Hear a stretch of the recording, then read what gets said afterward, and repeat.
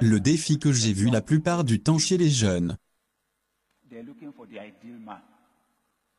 c'est qu'elles sont à la recherche de l'homme idéal. Ils sont à la recherche de la femme idéale. Vous savez quoi? Ton mari idéal est déjà marié. Ta femme idéale est déjà mariée. C'est pourquoi certaines personnes tombent amoureuses des gens mariés. Ils ne sont pas encore mariés, mais ils tombent amoureux des personnes mariées.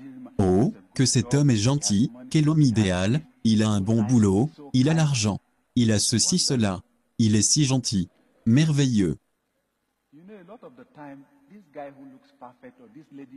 Vous savez, la plupart du temps, cet homme ou cette femme qui paraît si parfait, n'était pas comme ça, quand il ou elle s'est marié.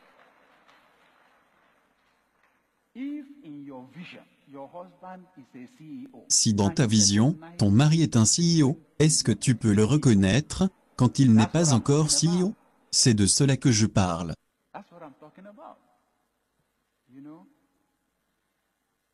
Vous savez, quand Pasteur Nicky et moi, nous nous sommes mariés, nous n'étions pas ce que nous sommes aujourd'hui. Alléluia.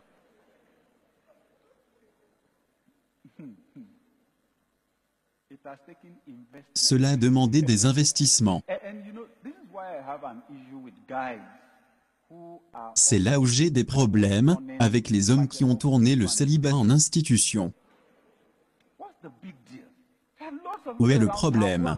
Il y a plein de personnes dans la ville qui ne se marient pas, parce qu'ils veulent d'abord avoir des châteaux, avoir certaines sommes d'argent, des voitures.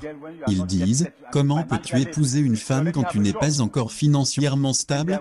Ils ont déjà un travail, mais ils sont en train d'attendre d'avoir une situation financière idéale.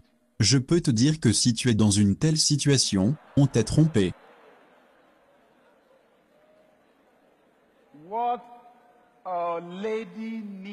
Ce qu'une femme a besoin, ce n'est pas un homme qui a une situation parfaite dès maintenant. Ça, c'est pour les 10, 20, 30, 40 ans à venir. Ce dont elle a besoin, c'est un homme qui a une vision, qui peut définir exactement où il va, et ce qu'il va devenir. C'est cela qui va définir le type de femme que tu devrais épouser. Quand Pasteur Nicky et moi, nous nous sommes fiancés.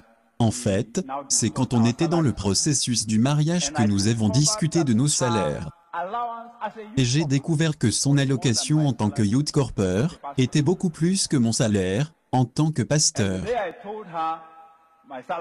Et le jour où je lui ai dit mon salaire, je lui ai rapidement dit, tu sais quoi, cela ne sera pas comme ça, indéfiniment.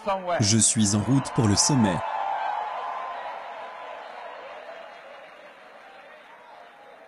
I described the future for her and told her, you know what, in fact, even though we will help each other. Je lui ai décrit le futur et lui ai dit, même si on s'entraide au début, il arrivera un temps où je te dirai de garder ton salaire, de garder ta paix. Je vais supporter la responsabilité pour cette famille pleinement.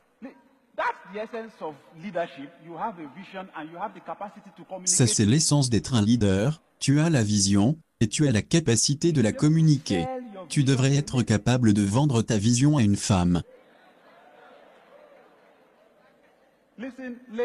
Mademoiselle, écoute, si toute ton évaluation d'un homme, c'est ce qu'il est aujourd'hui, tu seras bientôt très dessus, parce que le fait qu'il ait une voiture maintenant, n'est pas la garantie qu'il en aurait, dans les 5 ans à venir. Faire un choix pour le mariage, c'est une affaire d'intuition. Tout ce que certaines pensent, c'est le jour de mariage. Elles investissent toutes leurs pensées, leur énergie, toute leur préparation pour un jour. Le jour de mariage. Mon mariage, la robe viendra de Singapour. Et le jour de mariage, le pasteur dit, répète après moi, oui je le veux. Et après cela, quelle est la suite? Certaines personnes disent, il y a la lune de miel. 2, 3, 4 semaines. Et après, quelle est la suite?